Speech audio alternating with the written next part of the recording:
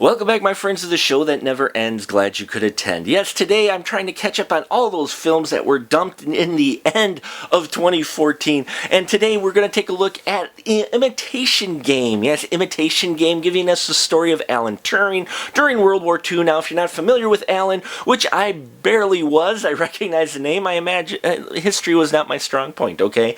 Anyway, he was hired to basically help with a group of mathematicians hired by the British Army to crack the Enigma code, which the Enigma was used by Nazi Germany to encrypt, was the code they used to transmit all their orders and their movements throughout the war effort. And so Alan Turing, being a brilliant mathematician, is tasked to try to help break this code with some mathematicians. And we see how that unfolds and how it basically leads to our eventual ancestor to the computer, and as he designs this machine that's going to help break this code. Folks, this is a riveting movie from minute one. I really liked how Morton Tilden put together this film, and you can see why it's won 8 nominations in the Oscars. It's a really strong film, and part of that strength is within this cast, including, of course, in the lead role, Benedict Cumberbatch as Alan Turing.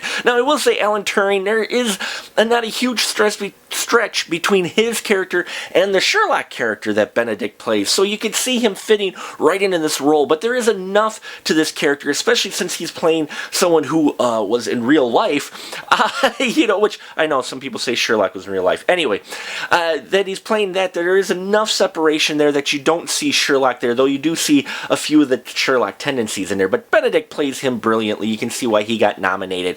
Now, another surprise performance in here was Keira Knightley. She does all right, but in most of her films that we've seen her in, but here she really is a great character in Joan Clark. She's a very strong female character that is almost as brilliant as Alan Turing, but Joan is a little more social and knows how to play the game, especially since the fact is she's a female who's very brilliant, wants to go to school, and really could be in, just up there, but society won't let her because of her role as a woman back then, and we see how she fights that and how she plays that system so she can still help Alan Turing, all the while giving up the front that she's just falling in line with where society wants her in, though she doesn't fit in there at all. She deserves a better place. So, I liked that character and how they explored those things with her.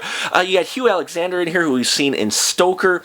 He's fantastic in here, as well as the guy who is kind of not Alan Turing's nemesis, but the guy he butts heads a lot with. Liked his performance. Everybody in here does fantastic, really. And it's a sad tale as well, and it's a strong story, and I think it's a moment in history not a lot of people are familiar with. So the fact that they brought this to light in the big screen in such a well-executed manner, I think gives it props as well. You can see why this is getting nominated with so many nominations.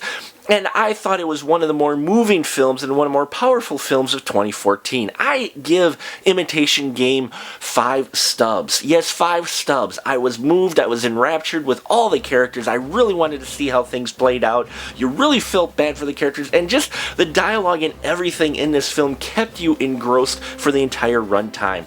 And I came out entertained, and I actually learned a little more as well. So tell me what you thought of Imitation Game. Please leave your constructive comments down below. Love all you subscribers out there, every single one of you. Tell your friends, friends tell their friends. We're growing every day, and it is because of you that I am still here. You guys motivate me, and I thank you so much for that. And until next time, folks, remember, keep that ticket stub.